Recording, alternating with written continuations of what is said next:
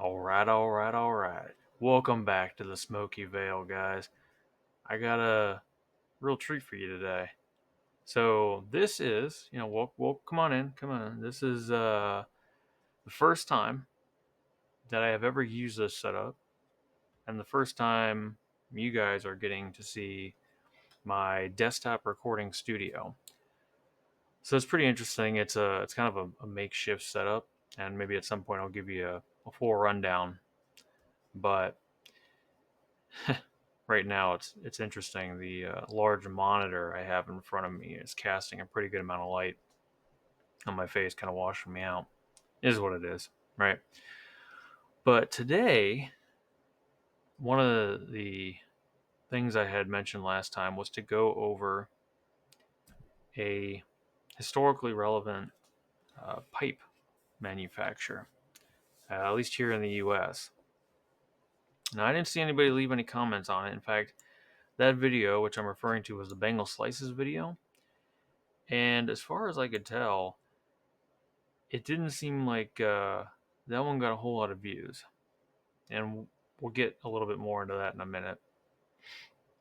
But what I will say, and hopefully you guys can see my screen, today we've got a look at the Carey Magic Inch Smoking System.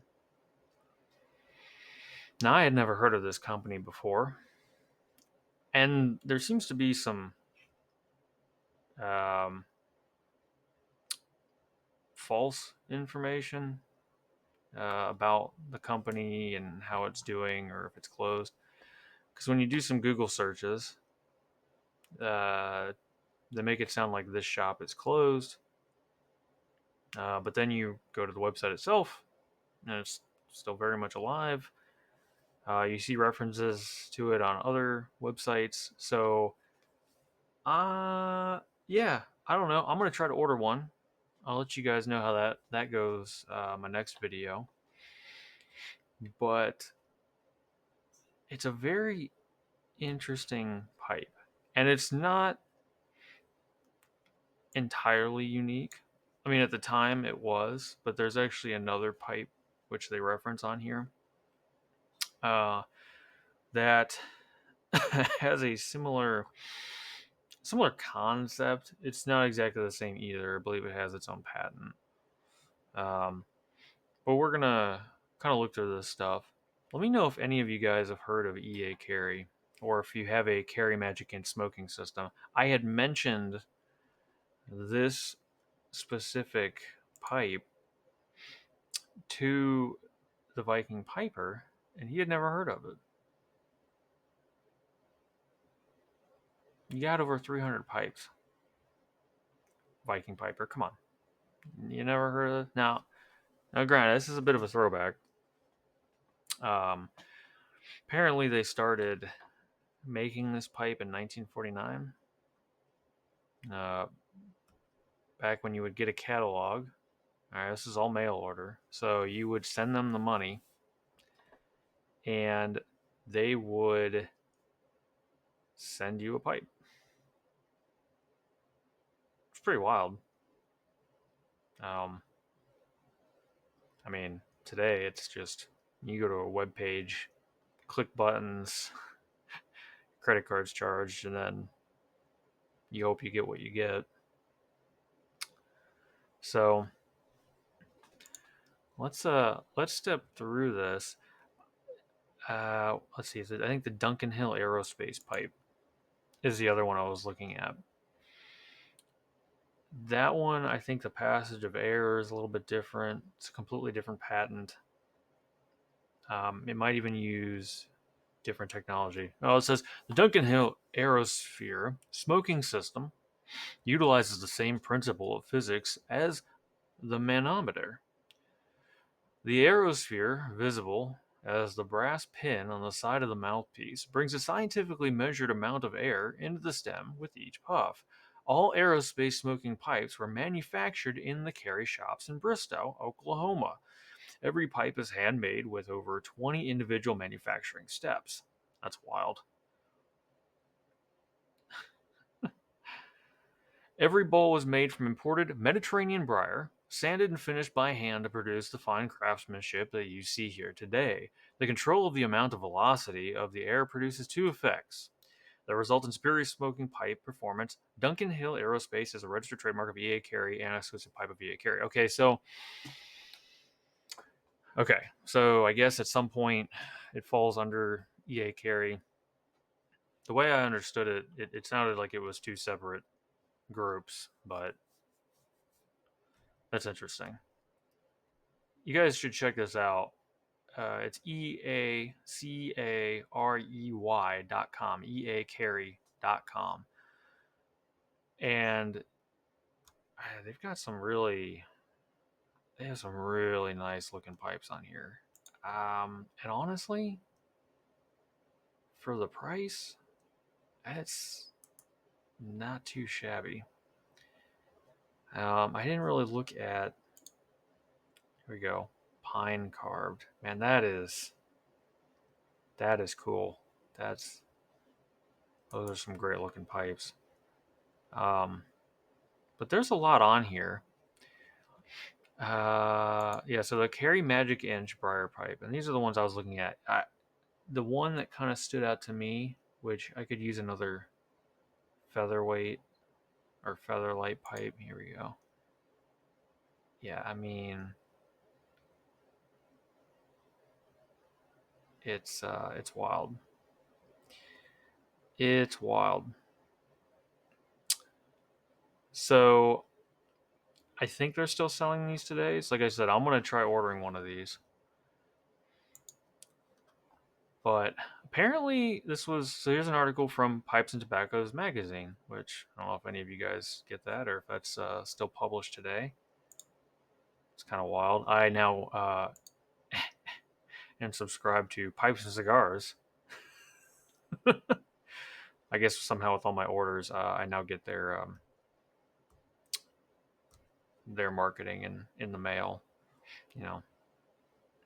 So all right, well, try my pipe for 30 days. Oh yeah, this is a fun gimmick. And before I start into reading this, let me just say thank you for watching. If you like the video, like the video. If you haven't subscribed to my channel yet, please do so. The comment I made earlier about the last video I had only getting, I don't know, 70, 80. It didn't get a whole lot of views. And I'm pretty sure I know why. I will say this much. It's something I'm aware of. It hasn't really affected me too much. But whenever you deal with YouTube, you have to understand that one, you're using someone else's platform, so you have no control. So you kind of have to just accept that as a risk, which is fine. But the more time and effort I put into this, and with plenty of other YouTubers I watch, you have to understand that. And the Viking Piper, he had introduced me to a video recently, basically kind of outlining some of those risks and how some others in the pipe community have been affected. Their channels have been affected in one way or the other. With some of the settings that you should abide by, I'm not going to. Yeah, no one puts baby in a corner. Yeah, I do what I want, and if that doesn't work for somebody else, that's too bad. If I have to spin up my own servers and literally start my own streaming service, hey, guess what? I was creating ActionScript 2 and ActionScript 3 based Flash video players from scratch by hand before YouTube was even a thing.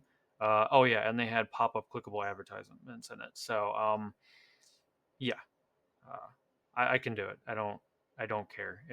So long and short of it is, YouTube. Good luck to you.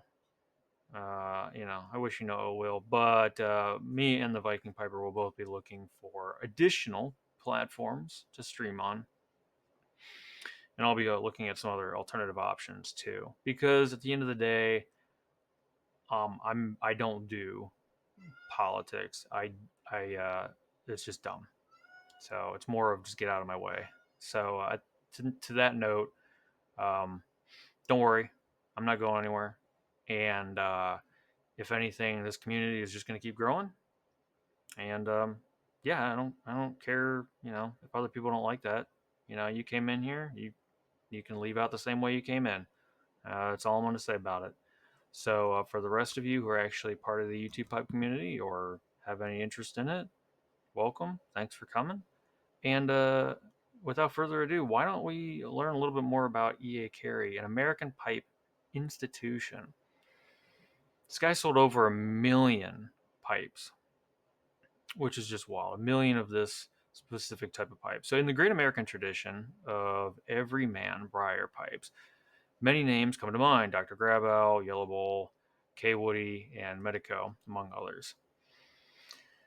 Now, E.A. Carey had this very interesting sales pitch, and it was, try my pipe free for 30 days. If you don't like my pipe, smash it with a hammer and send me the pieces.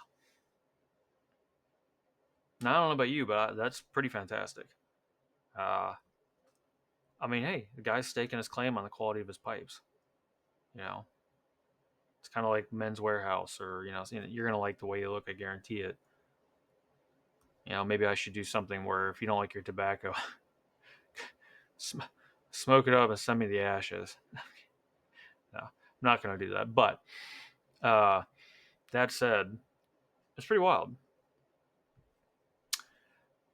So with that, you would send you a 100% refund if you didn't like the pipe. No questions asked too, which is that's pretty wild. There's a patent. I'm not going to read you the patent number. So what else? It turns out they were all larger pipes from my big pipe phase. Let's see. Okay, yeah, no, this person, the author of this article, is just kind of giving you a little bit background of how I get into this. So let's see. I was able to acquire a new one, smaller and quite light, to remind myself of their performance. Can honestly say I would never return it or any of them, least of all smashed with a hammer. So he's talking about the E.A. Carey pipe. Provided immediate pleasure with a variety of blends, just as the older ones had in the past. Over time, my collecting habit made me forget the sheer enjoyment of this old American school of pipe making, well engineered with a system that actually works. It was wonderful to rediscover. The year was 1948. The President Harry Truman, the Cold War was underway. Max J. Dopplet of Chicago was issued U.S. patent, and I'm not going to read that, for U.S. smoking device. Okay, so that's what they called it. The E.A. Carey Magic Inch pipe was born. There was only one problem with the design. It wouldn't work. Placing the absorbing material on the outside of the pipe, to the shank, meant that the moisture, tar, and nicotine, which is what this thing is trying to accumulate, so you're not taking that into your mouth, it would accumulate on the outside of the pipe. Yeah, so that's kind of gross. Doesn't look great. You look at which pipe is it? In fact, is it this one? Is it my Savinelli Tortuga here? Hold on. No, you know what? I'm not going to mess with this right now. But some of these, they got like balsam wood, and they got other filters inside of them. I don't tend to use filters. The balsam wood is kind of interesting to me. I don't know. I guess at the end of the day, it's all just about collecting, that tar and moisture and whatnot before it gets into your mouth. So anyway, the pipe was redesigned and introduced in 1952, always directly to pipe smokers as a billiard shape. Nothing wrong with that. Dopplet's patent also included cigarettes. His patent attorney, Erwin Altier, conducted a legal review years later and advised Dopplet that he had a claim on any cigarette that used a filter. My camera decided to shut off. So anyway, yeah, apparently his filters, I guess the filters used in cigarettes, I guess somehow must align with his patent, which is pretty wild. Dopplet died soon after the review. Interesting. So that was a review by his lawyer. Long before that, Dopplet elected to pursue the pipe aspects of the business. At the end of World War II, pipe smokers were in abundant supply.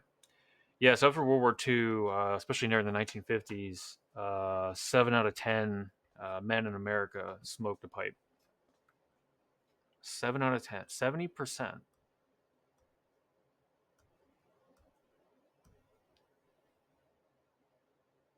Let's let that sink in for a minute.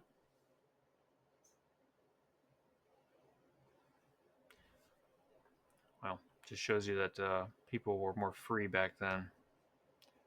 Whether you agree or disagree with smoking is not the point. So that's pretty wild. It's kind of sad to see the decline. However, everything just repeats. So, welcome back, because pipe smoking is very much starting to build steam.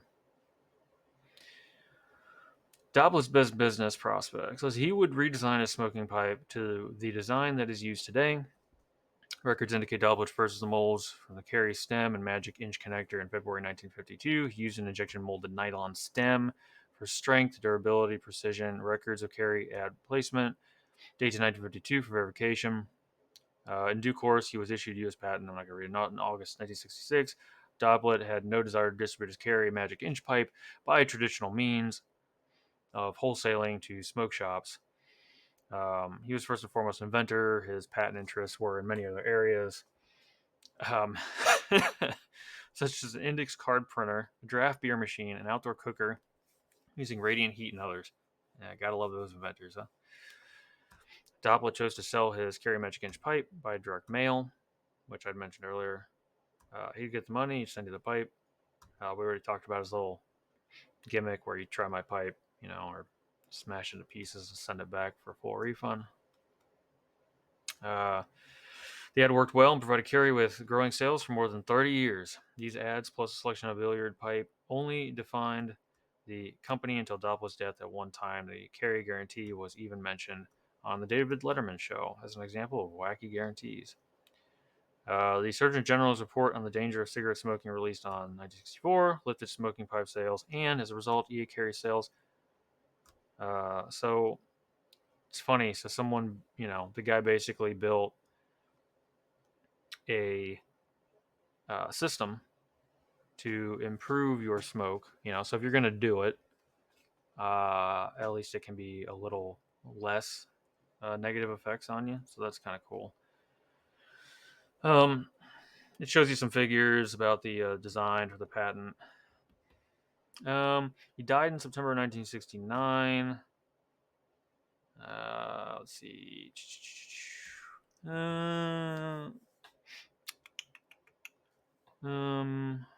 After he died, E.A. Carey was inherited briefly by J. Pritzker, who then sold Carey to Arthur Mostow, a boyhood friend, in 1970. Mostow was an accomplished, flamboyant, and capable entrepreneur with varied business interests. Under Mostow, E.A. Carey expanded the line of Magic Inch smoking pipes and began catalog mailing. Orders were mailed to Carey with an order slip and then check enclosed. Yeah. Carey sales of Magic Inch pipes approached 100,000 pipes per year. That's so awesome. Mostow expanded 1970s to include E.A. Carey in Toronto. E.A. Carey. Okay, so there's different branches of E.A. Carey. E.A. Carey also started to offer their own tobacco lines. So good on them.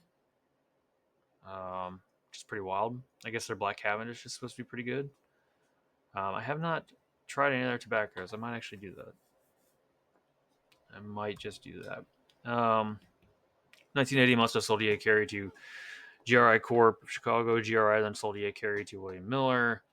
In 1984, at the time, Miller owned a pipe company called Duncan Hill. Duncan Hill manufactured and sold a patented smoking pipe, the Aerosphere. Okay, see, they were separate. Okay, yeah, the Aerosphere was somebody else, and then they kind of merged there. All right.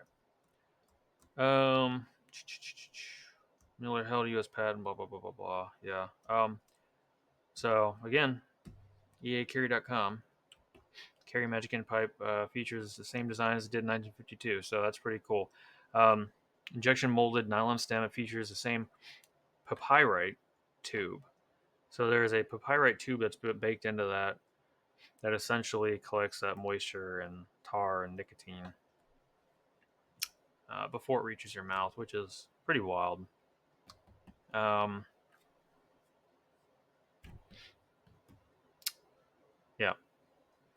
Now I know the Aerosphere system use something a little bit different. But either way, it's pretty wild. Let's see, Miller. Okay, Miller holds an undergraduate degree in mechanical engineering. So you got some pretty savvy guys here. From Purdue University, and a master's degree in finance and economics from Indiana University. Okay, well, there you go. He pledged to a fraternity, and during Hell Week, part of the hazing included facing south, smoking a cigar, and holding 25 to 50 push-ups. At the end of Hell Week, he chose pipes over cigars, having had enough cigars during Hell Week. Yeah, good on him. that'd be rough. Yeah, so then it kind of goes on to talk about the different tobaccos that they offer. But my understanding is the Carey is still here. They're still selling. So what I'll have to say to that is I'm going to check them out. I'd love to know your guys' thoughts. If anybody out there has one of these and you've smoked it, I'd be interested to know, is it a good pipe? Did you smash yours up and send it back for the refund? Let me know. But I'd like to get one of these and try it out, and even try a couple of their tobacco blends. Because if you finish reading this article, which I'm going to cut this short, but there is quite a bit there that they offer for tobacco. So, guys, thank you so much for joining me. This has been fun. If you want to see more videos like this, just let me know. Again, if you like the video, please like the video. If you haven't subscribed yet, please do so. Until next time, I think I got a couple new blends to share with you guys. Obviously, I got all that stuff from the recent unboxing videos.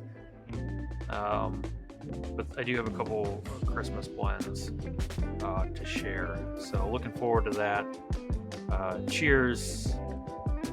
Have a good one, guys. Until next time.